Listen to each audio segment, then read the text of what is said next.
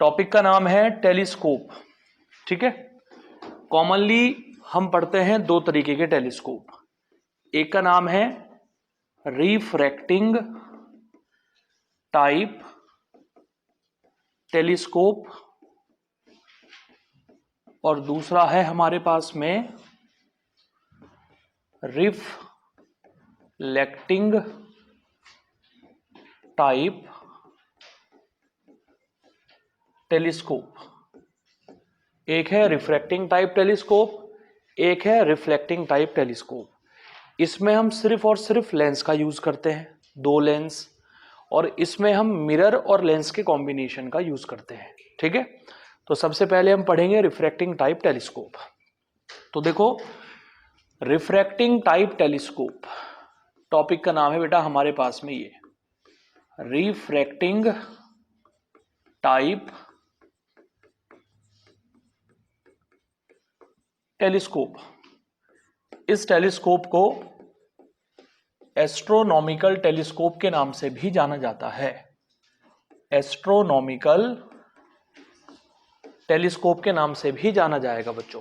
ठीक है, अब देखो क्या है और किस टाइप का होता है ये टेलीस्कोप।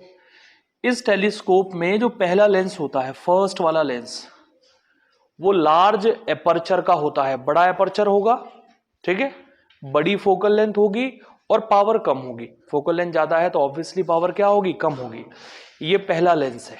ठीक है, इसके पीछे यहां लगाया जाएगा दूसरा लेंस, इसे हम लोग बोलते हैं आई लेंस। ठीक है, इस आई लेंस का एपर्चर छोटा होगा, फोकल लेंथ कम होगी और पावर ज्यादा होगी। ध्यान रखिएगा, पहला लेंस बड़े एपर्चर का इसलिए लगाते हैं क्योंकि टेलीस्कोप से कोई नजदीक का ऑब्जेक्ट तो हम देख नहीं से रहे। टेलीस्कोप से हम कहां का ऑब्जेक्ट देखेंगे, दूर का ऑब्जेक्ट देखेंगे। और दूर से जब लाइट की रे आती है तो वो आते आते आते आते आते थोड़ा मंद पड़ जाती है, यानी धीमी पड़ जाती है। धीमी पड़ने का मतलब है इंटेंसिटी कम हो जाती है।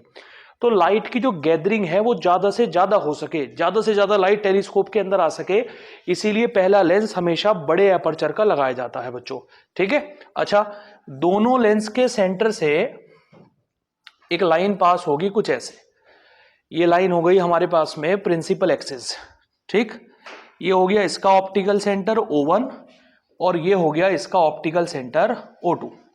अब चूंकि इसका नाम है टेलीस्कोप, और फिर वही बात, टेलीस्कोप से आप कोई नजदीक की चीज तो देखोगे नहीं।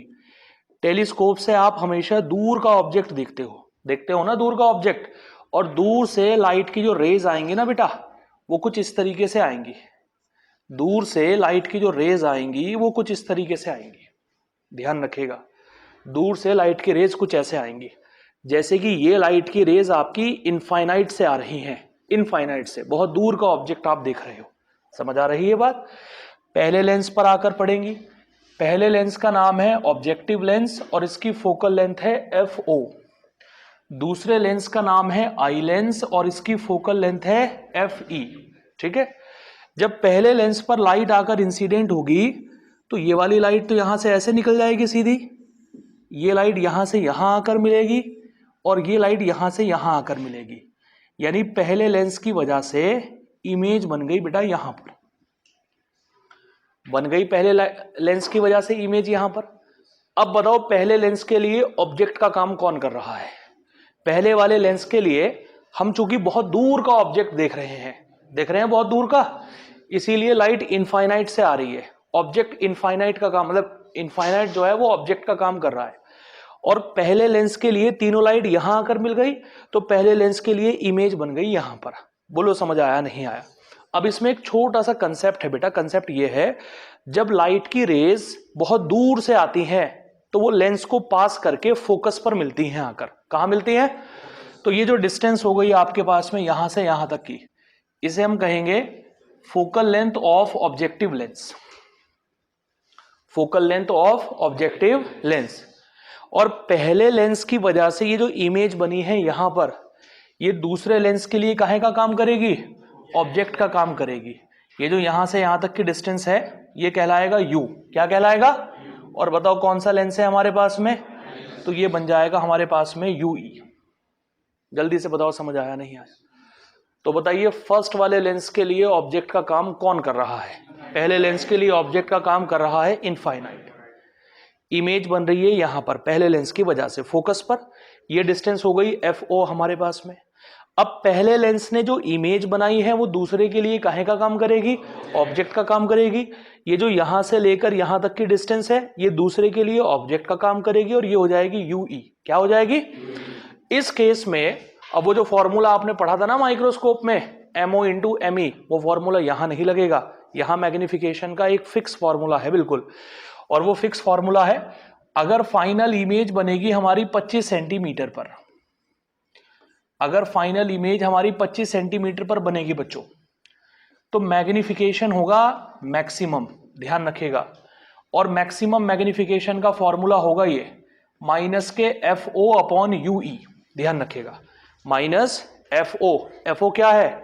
ऑब्जेक्टिव लेंस की फोकल लेंथ, और UE क्या है? UE दूसरे लेंस के लिए ऑब्जेक्ट का काम कौन कर रहा है, यहां से यहां तक की डिस्टेंस UE कहलाएगी।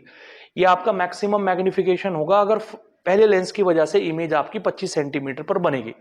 ये बताइए जब फाइनल इमेज 25 सेंटीमीटर पर बनती है तो मैग्निफिकेशन तो मैक्सिमम होता है, लेंथ क्या होती है? Length minimum.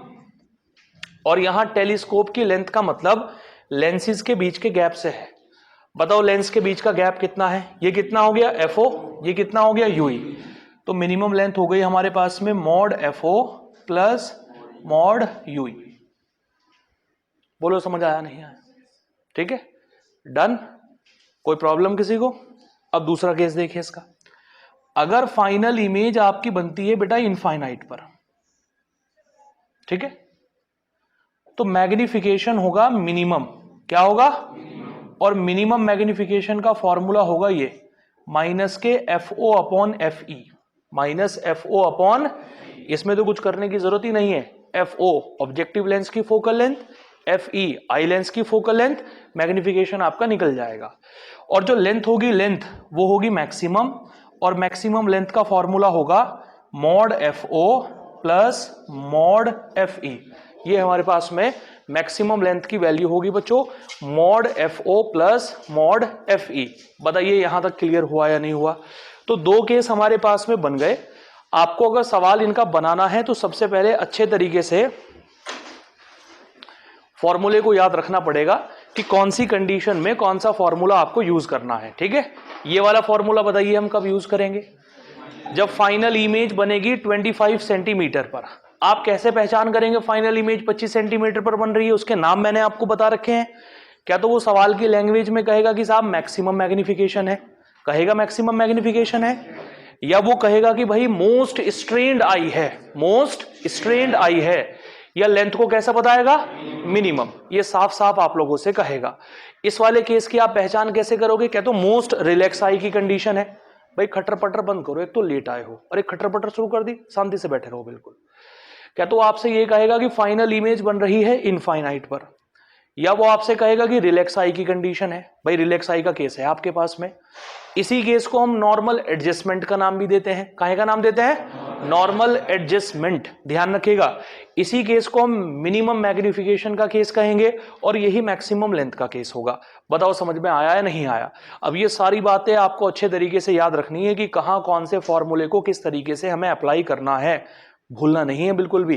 तभी हम इसका सवाल कर पाएंगे, अदरवाइज नहीं कर पाएंगे। ठीक है, फॉर एग्जाम्पल अगर किसी सवाल की लैंग्वेज में कुछ भी बात ना कही जाए आप लोगों से, मतलब आप बिल्कुल ऐसी स्थिति पर पहुंच जाए कि आप बिल्कुल आइडिया नहीं लगा पा रहे हो कि ये मैक्सिमम का केस है या मिनिमम का केस है, ये 25 सेंटीमीटर का केस है या इनफाइनाइट का केस है, समझ आ रही है बात? उस कंडीशन में नॉर्मल एडजस्टमेंट का केस मानकर इस वाले फॉर्मूले को लगाकर प्रॉब्लम सॉल्व करनी है आप लोगों को। समझ में आ रही बात? अगर आप सवाल की लैंग्वेज से बिल्कुल आइडिया नहीं लगा पा रहे हैं कि भाई कौन सा फॉर्मूला हम यहां लगाएंगे, तो आप ये वाला केस यहां लगाएंगे जब फाइनल इमेज इनफाइनाइट पर बनती है। बताओ समझ आया नहीं आया? ठीक है, पहले आप इस कंसेप्ट को नोट कर लीजिए, हम सीधा इसके बाद सवालों पर पहुंचेंगे, पहले सवालों को सॉल्व करेंगे। अब करिए नोट।